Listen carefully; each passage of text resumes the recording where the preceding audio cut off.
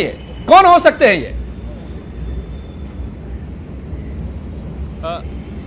देखिए, बिल्कुल ये प्री प्लान था और इसमें बहुत सारे ऐसे लोग थे। जब हम बाबू केडी सिंह स्टेडियम पहुंचे थे अजय, वहां राजू भी हमारे सहयोगी मौजूद थे। बहुत सारे लोगों को जब बवाल शुरू हुआ तो उनको ये नहीं पता था कि वो किस इलाके में खड़े हैं, उन्हें जाना किधर है विवाद के बाद। तो जाहिर तौर पर यह बात है कि ये पूरा मसला प्री प्लान था।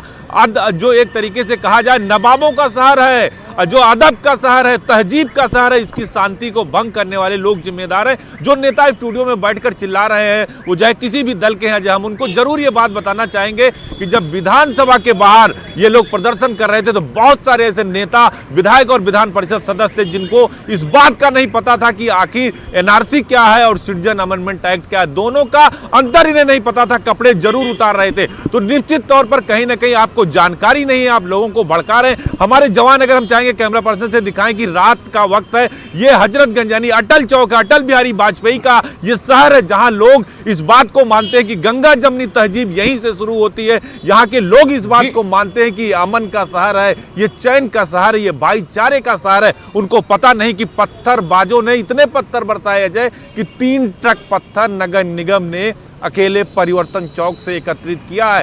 3 ट्रक पत्थर। ये पत्थर आए थे कहां से, लाए कैसे गए, कौन लाया? क्या ये जवान जो रात को खड़े हैं हेलमेट लगाकर, इस बात का जवाब स्टूडियो में बैठे नेता दे सकते हैं? जो लोग घायल हुए, जिन्हें गोली लगी, जो पुलिसकर्मी राजकुमार सिंह इंस्पेक्टर इस समय सिविल हॉस्पिटल में भर्ती हैं, हमारे दाहिने हिस्से में ये इलाका आता है, इसके जिम्मेदार कौन है? यहाँ ये जरूर मानते हैं इसके जिम्मेदार कौन है। इसीलिए ये बड़ा सवाल है कि ये सब कुछ कानून के विरोध के नाम पर हो रहा है और कानून से इतना बड़ा खिलवाड़ हो रहा है, इतनी बड़ी साजिश रची जा रही है, न किसी को खबर और न ही राजनीति को, सियासत को इसकी परवाह कि ये आग कितनी बड़ी लपटें पैदा कर रही हैं। शेष नारायण जी, 3 ट्रक पत्थर परिवर्तन चौक पर और बाकी कई इलाकों में, ये जो चौक अमीनाबाद और पुराने लखनऊ का इलाका है, उसी के चारों तरफ ये पूरा तांडव हुआ है।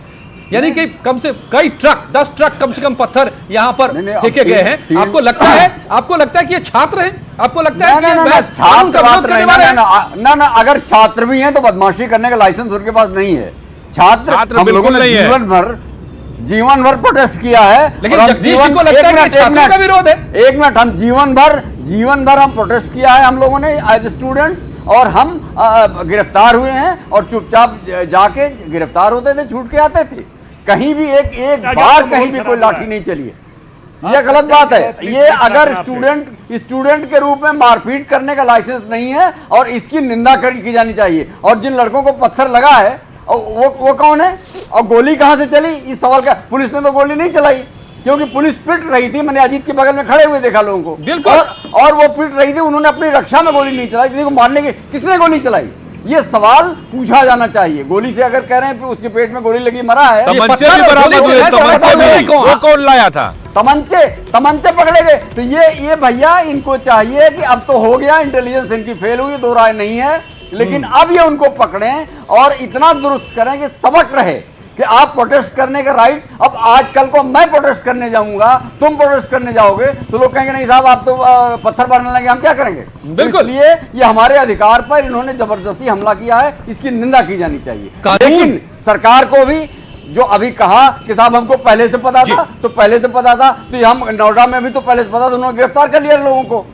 आपके कलेक्टर तो बड़ा तो सवाल सरकार पर भी खड़ा कर लेना था पहले। बिल्कुल, बड़ा तो सवाल खड़ा हो ही गया है। लेकिन आप जगदीश शर्मा जी, मेरे पास वक्त इतना ही था, मगर आप इस महज छात्रों का विरोध मत कहिए इसको, और ये मत कहिए लोगों को कि मुसलमानों को भगाने की ये साजिश है। मत भड़काइए, मत भ्रम फैलाइए। पहले खुद समझ लीजिए कि कानून क्या है और कानून के विरोध के नाम पर कानून से इतना बड़ा खिलवाड़ करने वाले कौन हैं, साजिश रचने वाले कौन हैं। अब ये सरकार की जिम्मेदारी है कि उनको सामने लाएं और उनको सबक सिखाएं कानून के दायरे में। धन्यवाद आप सबका मेरे साथ जुड़ने के लिए। महाबहस में